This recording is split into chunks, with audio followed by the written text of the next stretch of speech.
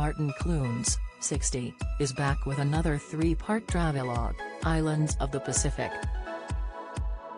But this one has some royal ties, as the actor learns from a tribe who worship Prince Philip as a god, something the Duke of Edinburgh himself was pleased to hear. In a new interview ahead of the program's debut on ITV this Saturday, Martin recalled reaching out to the Prince about his recognition in the show.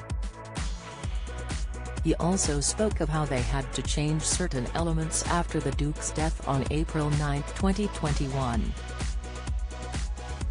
He said, "We had to change was a section with the Yakel people, who for many years have seen the Duke of Edinburgh as a god. Those scenes were filmed before Prince Philip died, so what seemed amusing when he was alive is much more poignant now. But I reached out to the Duke when I got back, and sent him a photo of me with the whole tribe under a huge tree, and I said his influence was obviously a force for good as they were absolutely charming." Martin added, and he sent a message back saying he was glad I enjoyed my time there. But there were other elements that needed changing too, because some scenes were filmed pre-COVID. The pandemic caused severe delays to the production, which meant the team had to make huge changes. For one, we had to go back and do new voice-overs referencing COVID, because we had to justify why we weren't all wearing masks, and why we did certain things, he explained to Radio Times. For instance, on Vanuatu we were invited to a kava ceremony, where this narcotic root is chewed by virgin boys then spat into a cloth and wrung out and shared in a communal bowl.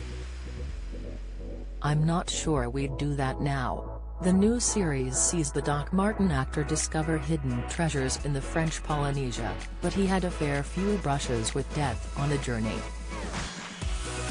The opening scenes of episode 1 sees Martin standing on top of a rock that was used as the gateway to the afterlife, and when tribal chiefs died, their bodies were pushed over the edge. While the plan was for him to climb the rock and look down hundreds of feet to the sea below, he admitted he just couldn't do it. "I couldn't even go within 4 meters of it, it was too scary, I was filled with horror," Martin exclaimed. "I've had a kind of vertigo since my daughter was born, 20-odd years ago, which was a kind of mortality check. But luckily for him, because he part-owns Buffalo Pictures, the production company making the show, he had more of a say about what he did and didn't do." But the rock wasn't the only danger he encountered.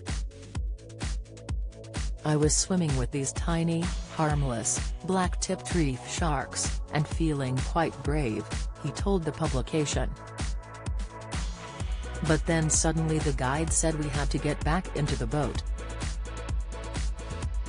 Once there, she told me that there had been much bigger, more aggressive sharks coming towards us.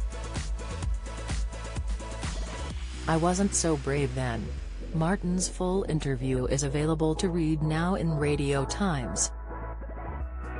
Islands of the Pacific begins at 9 p.m. on 8 January on ITV.